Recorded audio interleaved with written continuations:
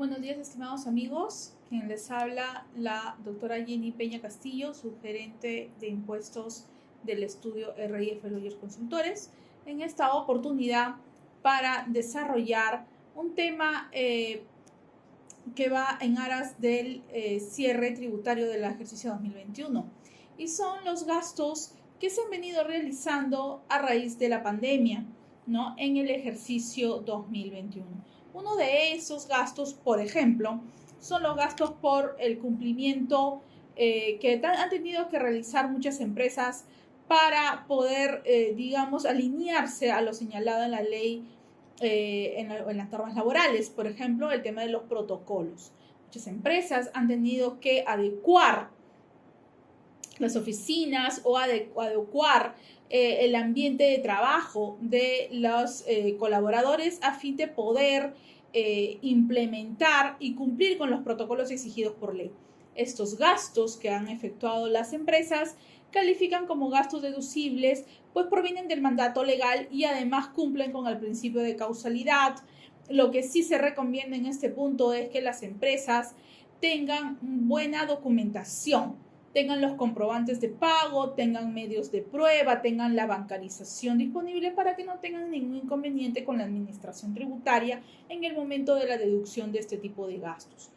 Otro de los gastos también muy comunes a raíz de la pandemia en el ejercicio 2021 son los gastos por adquisiciones de herramientas, como por ejemplo herramientas de trabajo, como por ejemplo las computadoras, los celulares, ¿no?, que se han tenido que implementar y comprar para poder adecuar, así sea para los ambientes físicos, para el personal que ha trabajado de manera presencial, como también para los que han trabajado de manera virtual. Entonces, muchas empresas han tenido que adquirir pues todas estas herramientas como las computadoras, por ejemplo, ¿cierto? Entonces, estos desembolsos de dinero también califican como gastos deducibles. Recordemos que conforme a la ley del impuesto a la renta, aquel desembolso o aquel activo que supera el cuarto de la UIT de manera opcional lo puedes activar, ¿cierto?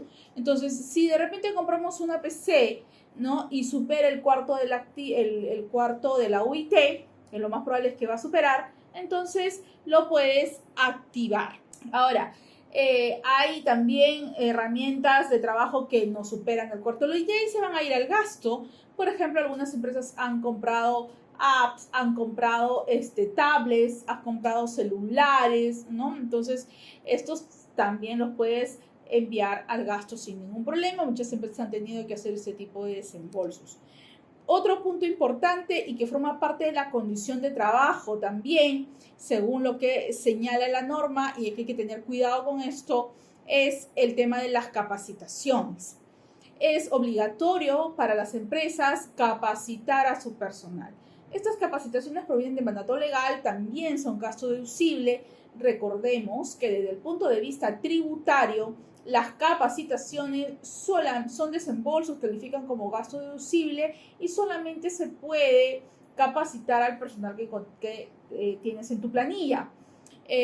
Ahora, no necesariamente vas a cumplir con el principio de generalidad, no es obligatorio. En este caso, si no cumples con el principio de generalidad, sí va a calificar como renta de quinta categoría.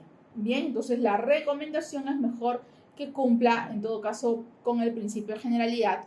Vuelvo a repetir, la parte documentaria sigue siendo muy importante en estos casos, tener el comprobante de pago, documentación accesorias, como por ejemplo las inscripciones de tu personal, bien, correos que puede haber mandado la universidad o la institución a donde has capacitado a tu personal, lógicamente el comprobante de pago, la bancarización. Si el trabajador por X razones no puede trabajar de manera presencial, entonces tendría que trabajar de manera virtual si es que la naturaleza del servicio lo permite. Eso es lo que señala la norma ahora en adelante, ¿cierto? La norma laboral te señala que los trabajadores deben trabajar de manera presencial a menos que estén en una situación de comorbilidad, por ejemplo, y su trabajo le permite laborar de manera virtual, entonces tendríamos que darle la facilidad de trabajar de manera virtual. Pero ¿qué sucede con aquellos trabajadores que no pueden trabajar de manera presencial por alguna razón, digamos, por ejemplo, comorbilidad, y sin embargo tampoco pueden trabajar de manera virtual porque su servicio no lo pueden hacer de manera virtual, como por ejemplo los señores de seguridad, ¿no? Eso es un servicio que tiene que ser presencial.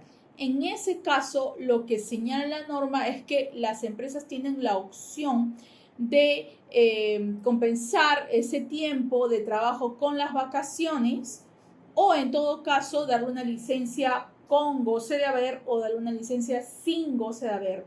Eso ya depende de la negociación que tenga la empresa con el trabajador. Este tipo de operaciones que a veces pasa, en el año 2021 ha pasado muchísimo. ¿Qué sucede? Por ejemplo, si la empresa pacta con el trabajador una licencia con goce de haber, en este caso se le realiza el desembolso de su remuneración al trabajador y sin embargo el trabajador no labora porque está con licencia con goce de haber. En ese caso hay un devengamiento del gasto. Hay una postura que señala que no hay un devengamiento del gasto porque no hay el servicio prestado, sin embargo, sí se cumple con el pago.